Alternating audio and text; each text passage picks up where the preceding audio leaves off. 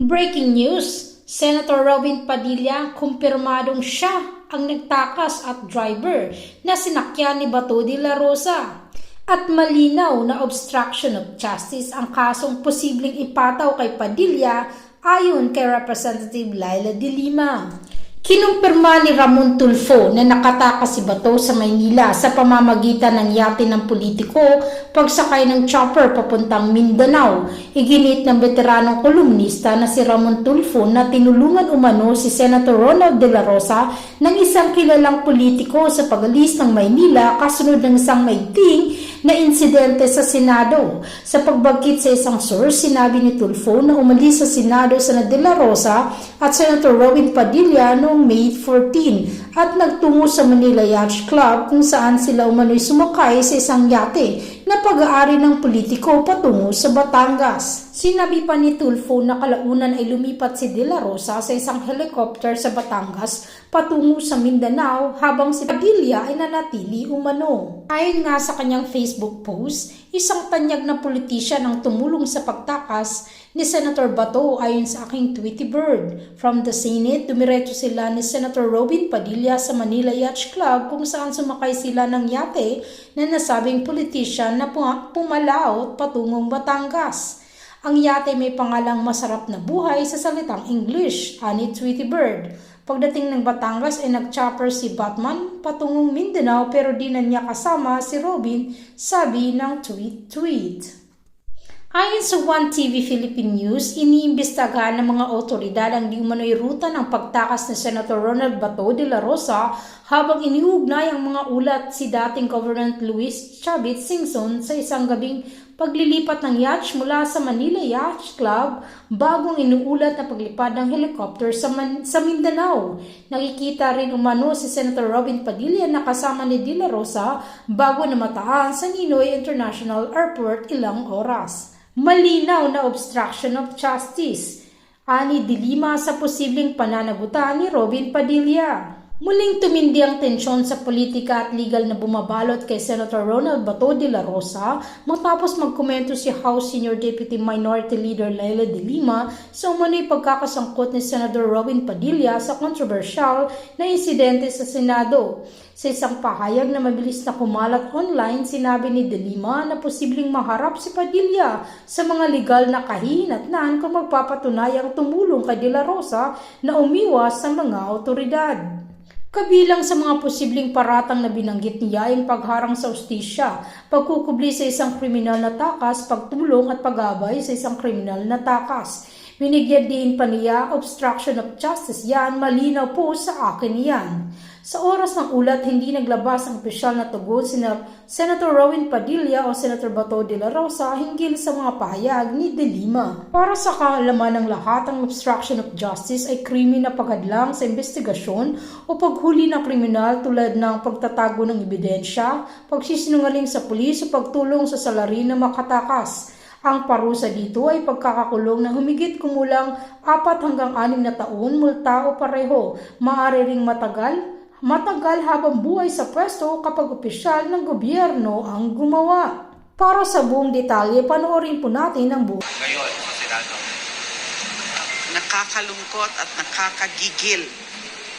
At there has to be an investigation. Kailangan may investigasyon sa mga pangyayari na nakaraang 2 o 3 araw sa Senado. Dahil nakakabahala, is very concerning. Hindi dapat yan nangyayari sa isang institusyon like the Senate. And it has to be an independent investigation. Hindi pwedeng internal o hindi pwedeng ang Senado mismo ang mag-imbestiga. Kasi meron din dito sila na mga ginawa, lalo na yung pag-cuddle, lalo na yung pagbigay puno ng protective custody. And yun na nga, kung binigyan ng protective custody, bakit nakawala?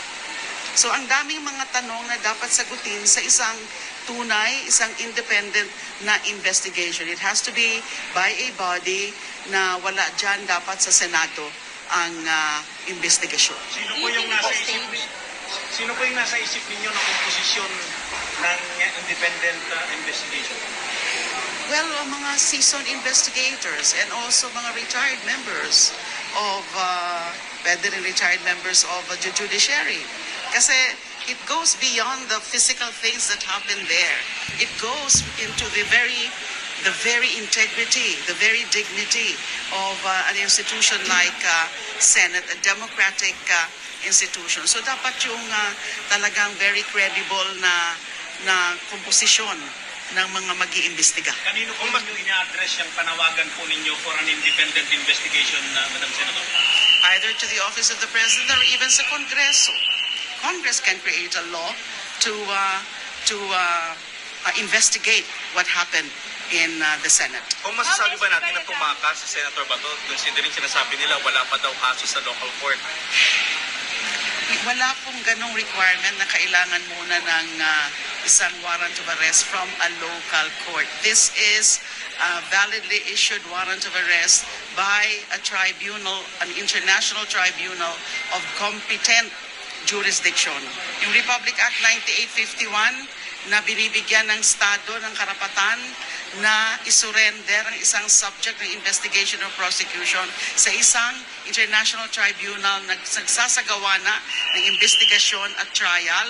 Wala pong nakasabi doon na kailangan muna ng isang warrant of arrest galing sa isang domestic court. So, katulad nun na nangyari noon kay former president, wala na namang kailangan noon na locally issued warrant of arrest. Ang SP Cayetano said po na Senator Robin Padilla left Senator Bato.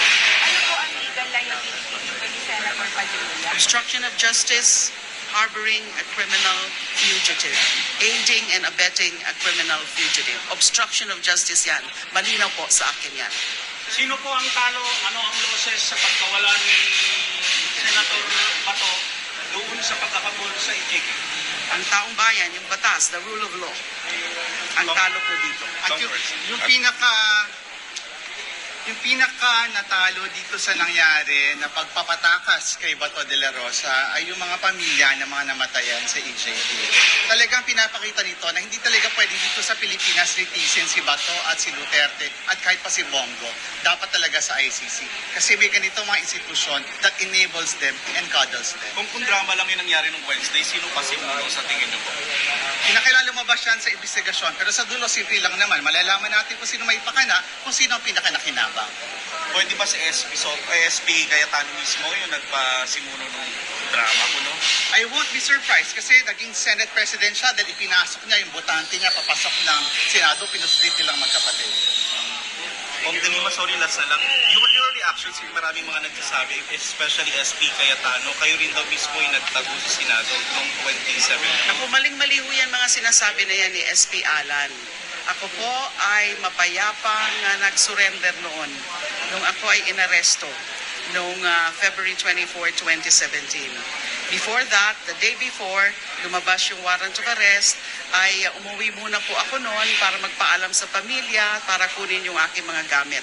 Pero bumalik din po ako kaagad sa Senado at nagstay ako overnight doon para kausapin din yung aking mga staff. So the next day kaagad. So hindi po totoo yung sinasabi na hindi ako inaresto o hindi ako nag-surrender doon sa Senate premises. At hindi rin po yung sinasabi na binigyan ako ng few days daw na makauwi muna. Isang hapon lang ho yun na umuwi ako. Isa o dalawang oras lang po ako umuwi para magpaalam sa pamilya ko at para kunin yung aking gamit. So maling-mali po yung mga ganyan na mga informasyon. The record would show that. Tingnan nyo lang yung mga pangyayari noon sa mga news clippings dati in February 2017. Thank you.